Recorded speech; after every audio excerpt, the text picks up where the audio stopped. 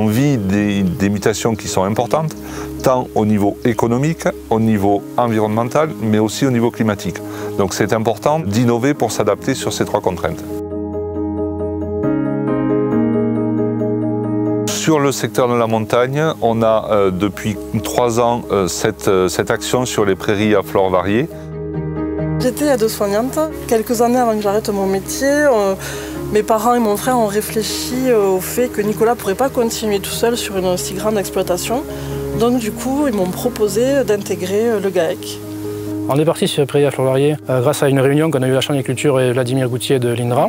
On a monté un GI2E qui nous a permis d'avoir du financement de l'État. Ce qui m'a été confié, c'est de développer un outil d'aide à la décision pour concevoir des prairies à flore variée. Donc cet outil s'appelle CapFlore.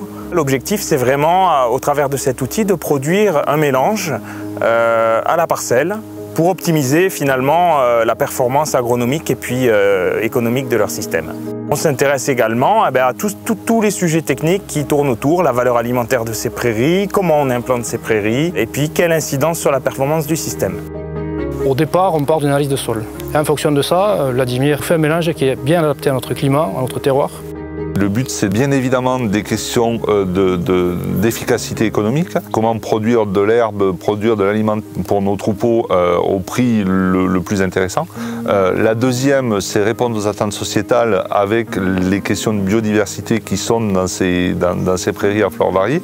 Et j'ai envie de dire une troisième chose, c'est les questions de résilience, d'avoir des systèmes fourragers qui s'adaptent aux accidents climatiques. Qu'il fasse sec en juin ou qu'il fasse très chaud en août, qu'on ait dans la flore de la prairie l'espèce qui va répondre et qui va permettre d'avoir un minimum de production.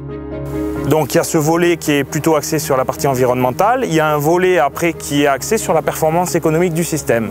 L'azote minéral, il faut savoir que ça impacte énormément le changement climatique au travers des émissions de protoxyde d'azote. Au niveau agroécologique, c'est vraiment un élément qu'il faut tenter de réduire sur la partie économique. L'idée, c'est vraiment d'améliorer le revenu de l'éleveur, mais également au niveau social, l'idée c'est aussi de faire en sorte que les éleveurs aient plus de temps libre ou travaillent un peu moins parce que c'est beaucoup d'astreintes.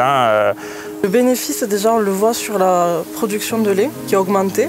Ensuite, en intégrant des plantes avec différentes propriétés. Ça permet aussi de s'adapter aux conditions climatiques. Alors, on le voit bien, on est en période un peu sèche et qui se répète presque d'année en année maintenant.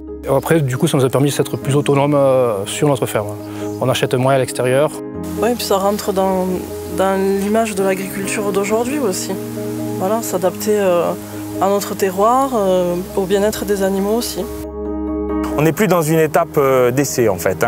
C'est-à-dire que les prairies à flore variée sont utilisées en routine, on est dans une étape d'amplification. Et ce qui reste à mesurer maintenant, c'est réellement l'impact en fait, d'une utilisation conséquente de ces ressources-là à l'échelle du système. Le savoir-faire des chambres d'agriculture, c'est vraiment l'animation locale, de détecter des groupes d'agriculteurs qui veulent s'investir sur ces projets techniques. Le rôle de la Chambre a été de les faire se rencontrer, de fonctionner ensemble, de tenir l'animation, d'apporter un appui technique aussi sur tous ceux dont avaient besoin les agriculteurs et l'INRA. Donc il y a plusieurs types de suivis en fait, qui sont proposés. Il y a des suivis individuels, par exemple des suivis pâturage. Donc là, on intervient une fois par mois sur l'exploitation, on fait des mesures de hauteur d'herbe sur l'ensemble des parcelles. Après, il y a aussi des suivis plus collectifs qui sont organisés, alors, ou sous forme de formation, ou sous forme simplement de réunions d'échanges.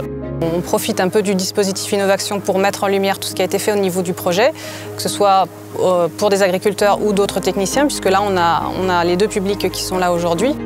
Le but ultime, c'est d'arriver à ce qu'au travers des journées comme aujourd'hui, on arrive à diffuser ce type de pratique et à ce type d'action puisse se reproduire dans d'autres endroits avec d'autres collectifs d'agriculteurs. Le but, c'est d'élargir ce qu'on a trouvé sur ces exploitations-là, et Innovaction, pour nous, était le bon véhicule.